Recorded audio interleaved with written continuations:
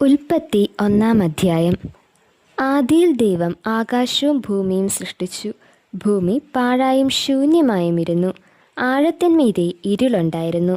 ദൈവത്തിൻ്റെ ആത്മാവ് വെള്ളത്തിന്മീതെ പരിവർത്തിച്ചുകൊണ്ടിരുന്നു. വെളിച്ചമുണ്ടാകട്ടെ എന്ന് ദൈവം കൽപ്പിച്ചു. വെളിച്ചമുണ്ടായി. വെളിച്ചം നല്ലത് എന്ന് ദൈവം കണ്ടു. ദൈവം വെളിച്ചവും ഇരുളും തമ്മിൽ വേർപിരിച്ചു. ദൈവം വെളിച്ചത്തിന് പകലെന്നും ഇരുളിന് രാത്രിയെന്നും പേരിട്ടു. സന്ധ്യയായി ഉഷസ്സുമായി 1-ാം ദിവസം.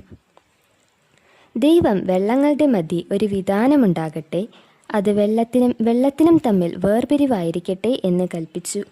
വിധാനമുണ്ടാക്കിയിട്ട് ദൈവം വിധാനത്തിന് കീഴുള്ള വെള്ളവും വിധാനത്തിന് മീതെയുള്ള വെള്ളവും തമ്മിൽ വേർപിരിച്ചു. അങ്ങനെ സംഭവിച്ചു. ദൈവം വിധാനത്തിന് ആകാശം എന്ന പേരിട്ടു. സന്ധ്യയായി ഉഷസ്സുമായി 2-ാം ദിവസം. ദൈവം ആകാശത്തിന് കീഴുള്ള വെള്ളം ഒരു സ്ഥലത്ത് കൂടട്ടെ, ഉണങ്ങിയ നിലം കാണട്ടെ എന്ന് കൽപ്പിച്ചു. അങ്ങനെ സംഭവിച്ചു. ഉണങ്ങിയ നിലത്തിന് ദൈവം ഭൂമി എന്നും വെള്ളത്തിൻ്റെ കൂട്ടത്തിന് സമുദ്രം എന്നും പേരിട്ടു. നല്ലത് എന്ന് ദൈവം കണ്ടു. ഭൂമിയിൽ നിന്ന് പുല്ലും വിത്തുള്ള സസ്യങ്ങളും ഭൂമിയിൽ അതതുതരം വിത്തുള്ള ഫലം കായ്ക്കുന്ന വൃക്ഷങ്ങളും മുളച്ചു വരട്ടെ എന്ന് ദൈവം കൽപ്പിച്ചു. അങ്ങനെ സംഭവിച്ചു. ഭൂമിയിൽ നിന്ന് പുല്ലും അതതുതരം വിത്തുള്ള ഫലം കായ്ക്കുന്ന വൃക്ഷങ്ങളും മുളച്ചു വന്നു. നല്ലത് എന്ന് ദൈവം കണ്ടു. സന്ധ്യയായി ഉഷസ്സുമായി 3-ാം ദിവസം.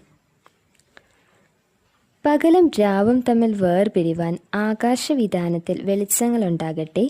അവ അടയാളങ്ങളായും കാലം, ദിവസം, സംവത്സരം എന്നിവ തിരിച്ചറിവാനും ഉതകട്ടെ. ഭൂമിയെ പ്രകാശിപ്പിപ്പാൻ ആകാശവിധാനത്തിൽ അവ വെളിച്ചങ്ങളായിരിക്കട്ടെ എന്ന് ദൈവം കൽപ്പിച്ചു. അങ്ങനെ സംഭവിച്ചു. പകൽ വാഴേണ്ടതിന് വലിപ്പമേറിയ വെളിച്ചവും രാത്രി വാഴേണ്ടതിന് വലിപ്പം കുറഞ്ഞ വെളിച്ചവുമായി 2 വലിയ വെളിച്ചങ്ങളെ ദൈവമുണ്ടാക്കി. നക്ഷത്രങ്ങളെയും ഉണ്ടാക്കി.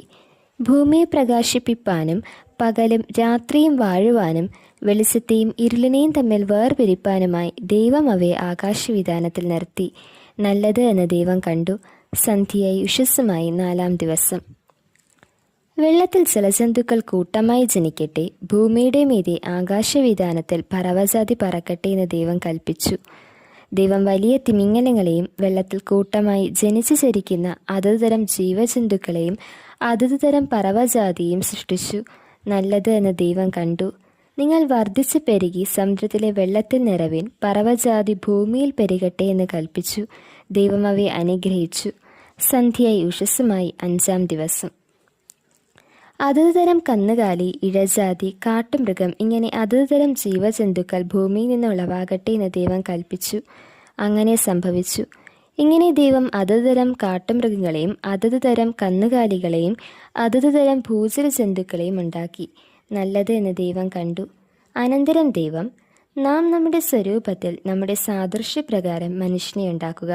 അവൻ സമുദ്രത്തിലുള്ള മത്സ്യത്തിന്മേലും ആകാശത്തിലുള്ള പറവജാതിയിന്മേലും മൃഗങ്ങളിന്മേലും സർവ്വഭൂമിയിന്മേലും ഭൂമിയിലെഴിയുന്ന എല്ലാ ഇഴജാതിയിന്മേലും വാഴട്ടെ എന്ന് കൽപ്പിച്ചു. ഇങ്ങനെ ദൈവം തൻ്റെ സ്വരൂപത്തിൽ മനുഷ്യനെ സൃഷ്ടിച്ചു. ദൈവത്തിൻ്റെ സ്വരൂപത്തിൽ അവനെ സൃഷ്ടിച്ചു. ആണും പെണ്ണുമായി അവരെ സൃഷ്ടിച്ചു. ദൈവം അവരെ അനുഗ്രഹിച്ചു. നിങ്ങൾ സന്താനപുഷ്ടിയുള്ളവരായി പെരുകി ഭൂമിയിൽ നിറഞ്ഞ് അതിനെ അടക്കി സമുദ്രത്തിലെ മത്സ്യത്തിന്മേലും ആകാശത്തിലെ പറവജാതിയിന്മേലും സകല ഭൂചരജന്തുവിന്മേലും വാഴുവിൻ എന്നവരോട് കൽപ്പിച്ചു. ഭൂമിയിലെങ്ങും വിത്തുള്ള സസ്യങ്ങളും വൃക്ഷത്തിൻ്റെ വിത്തുള്ള ഫലം കായ്ക്കുന്ന സകല വൃക്ഷങ്ങളും ഇതാ ഞാൻ നിങ്ങൾക്ക് തന്നിരിക്കുന്നു. അവ നിങ്ങൾക്ക് ആഹാരമായിരിക്കട്ടെ.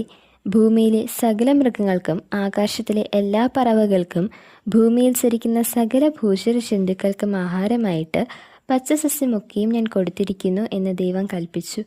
അങ്ങനെ സംഭവിച്ചു.